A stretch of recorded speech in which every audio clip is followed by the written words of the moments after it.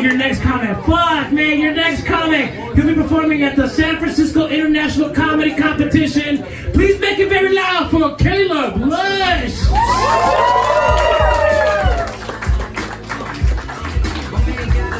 Keep going for drill, everybody.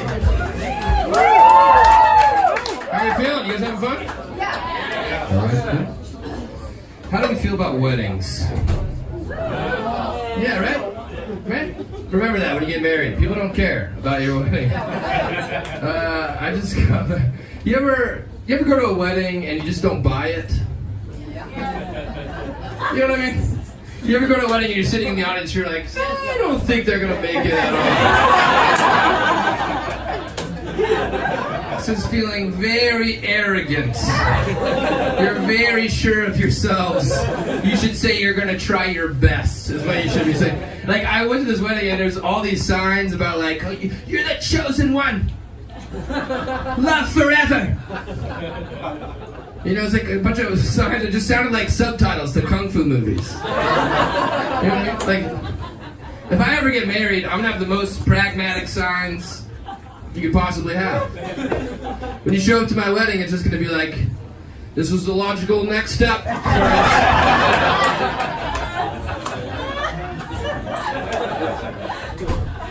And you like walk past that a little bit. And it's like, the next sign you see is like, this made financial sense. Lower taxes. And then like right before you sit down, like right before you get to your seat, the last sign you see is just, she's pregnant. She's pregnant. And her dad hates me, so we're gonna do this.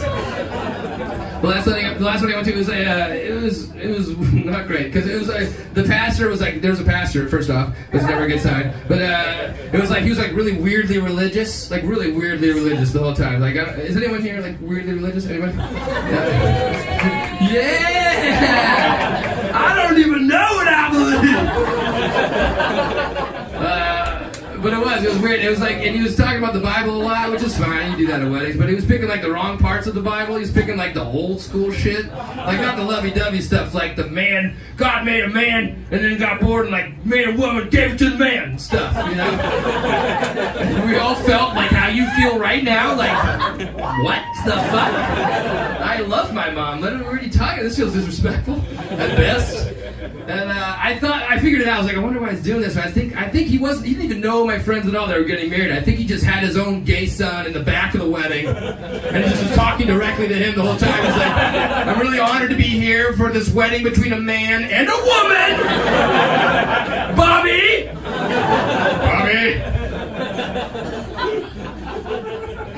And if you are, the crowd of you guys that are weirdly religious in the back, I don't mean that. It's cool. You can do that all you want. It's cool. I'm not shitting on religion, but I just didn't grow up with it. Like, my mom's Jewish, my dad's Catholic, so we just didn't, nobody cared, right? And then, like, when we turned, like, 8 or 9, my parents were like, are we robbing them of religion? Are we choosing for them to not be religious? Like, is this responsible? We should probably expose them to some stuff, you know? So then they just out of nowhere started taking us to church for like a month. And then they started taking us to temple for like a month. And then they come back to us and they're like, okay. What do you choose? And my brothers and I looked at each other and we were like, cartoons.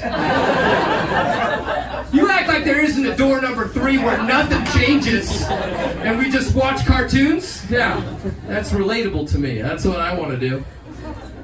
The last wedding I went to, it was especially tough because it was at the end of a long vacation. I don't know about you guys, but I am horrible at vacations because I have never come back from a vacation and felt refreshed. Never felt better after a vacation, always felt worse.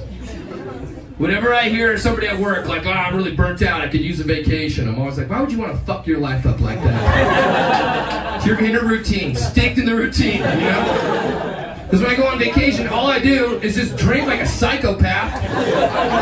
I got no discipline, I got no self-respect. So I just drink like a madman. Like day 3, if somebody hands me a beer, day 3, you hand me a beer, I'm like, what do you want me to do with that? Well, that's adorable. Like, that's not going to do anything. Flip me upside down, pour that vodka into my asshole. It's the only way I'm feeling anything. And then when you're not drinking, you're just eating. You're just eating like you just want to die. Like you just are eating so much. And I ate so much on my last vacation, I was like, I think I have appendicitis. I was telling people, I was like, I think we might have to do something. This is bad. So then I went to sleep, because that was my cure. I just went to sleep, and then I farted so hard in my sleep that people in my dreams were talking about it. You know what I mean? Like I didn't wake up. I didn't wake up from the dream at all. But like people were talking about it. They weren't speaking English either. You know? It was like that dream speak. You know, where it's like people were like, like closing doors behind me. Like okay, I'll make some changes. I get it. But the thing is, I eat like a fucking idiot. Like I do. I eat nothing good. I eat awful stuff. I have no, like I think I have like a voice in my head that tells me what to eat. Whenever I'm like considering what I should eat, there's like a voice, and I think that voice is just like my newly divorced dad. And I'll be like, hey, what should I eat? And then that voice in my head will be like, whatever's gonna make your mother upset. Whatever's gonna make me look cool as your newly divorced dad. That's what it is. And then, this is the worst part too. Like at any vacation you're in, we've all been here. There's always one friend in your group that wants to exercise. If you're that friend, we don't get along. Because I grew up playing sports, so I just assumed like every time I had to run in sports, it was because I did something wrong. So I just equate working out with fucking up. That's what I do. So I'm like, I don't want to do that at all. I haven't worked out since. And someone's always like, you're on a lake and you're hanging out and you're swimming, and I'm just like, let's go hiking. Let's go hike up the mountain and look at the lake. We're at the lake. We're at it. I can see the lake just fine. I can touch the water in the lake. What are we going to do up there that's better than here? Nothing, you know? I don't get it at all. I feel like I just don't like moving my body is the thing. I like being put and just pouring vodka in my butt. That's what I like. I feel like, you know in the movies when you see like that scene where someone's like bleeding out and it's like an emergency, you know, and they're like, you gotta fight. You gotta survive. You gotta will it. You gotta win. You know, and it's like, I don't think I would.